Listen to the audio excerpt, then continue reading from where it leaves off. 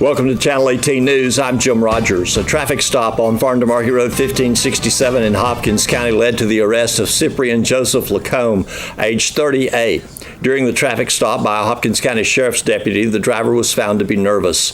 2 firearms were found in the vehicle.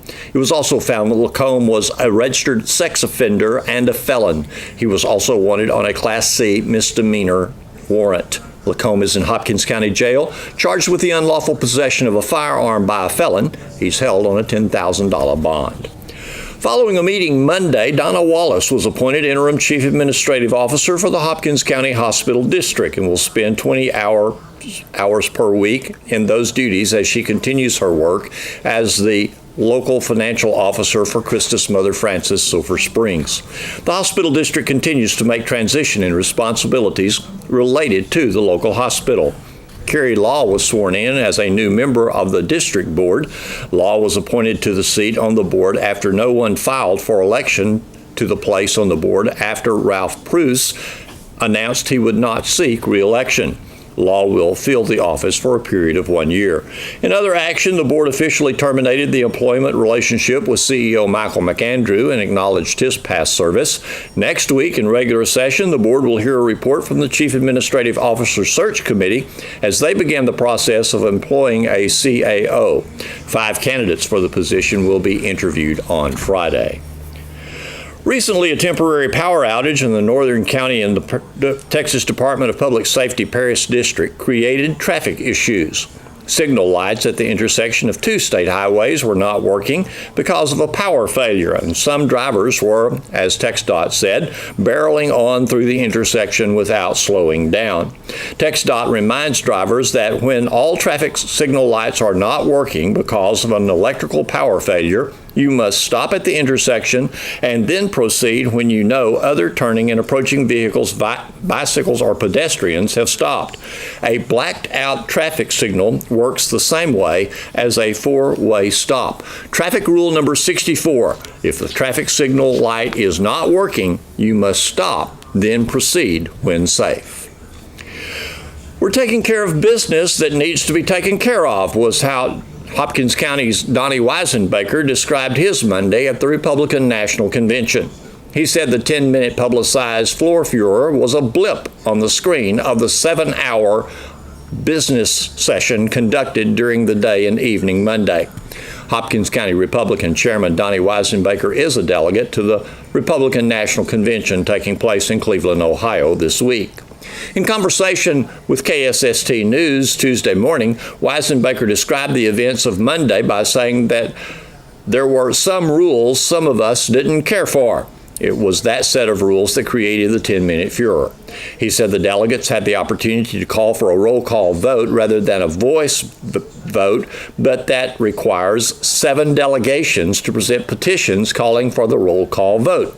At first, 9 delegations had presented petitions calling for the roll call vote on the rules. However, 3 withdrew early and 2 additional delegations withdrew their petitions prior to the voice vote on the floor of the convention. There were Texas delegates that desired a roll call vote, but the Texas delegation could not gain enough signatures within the group to present a petition.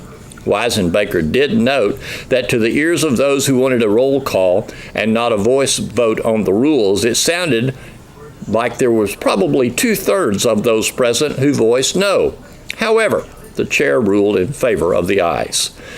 The difficulty arose when, as Weisenbaker put it, losers don't take losing well in politics. He said there isn't a big division, it's just politics. He said the problem stemmed from the fact that all of this was not explained to the convention.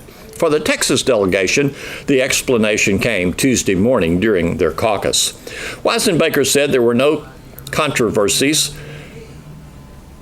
When there are no controversies, some try to manufacture a controversy.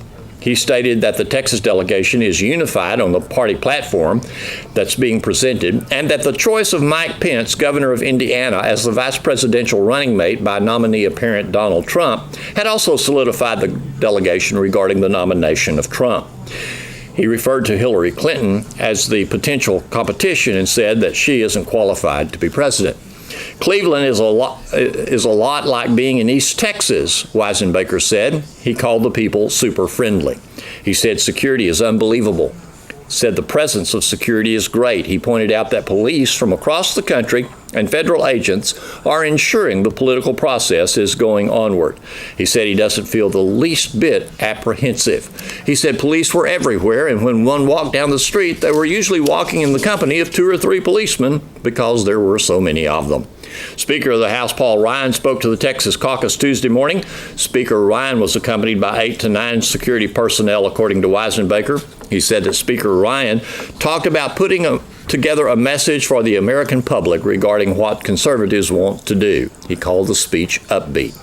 Weisenbaker commended the speeches of America's Mayor Rudy Giuliani and former Texas Governor Rick Perry. Governor Perry spoke to both the Texas caucus and to the convention. Weisenbaker also said that Marcus Luttrell, author of Lone Survivor, which tells the story of his experience in Operation Red Wing in Benghazi, also spoke to both the convention and the Texas caucus. He said, "It's great to know that there are young people like this who have defended our nation's interests and are speaking out for our nation."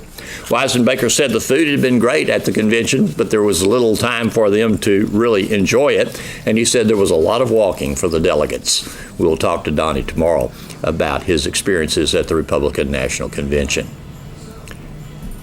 Thanks for watching News Notebook. Have a great evening.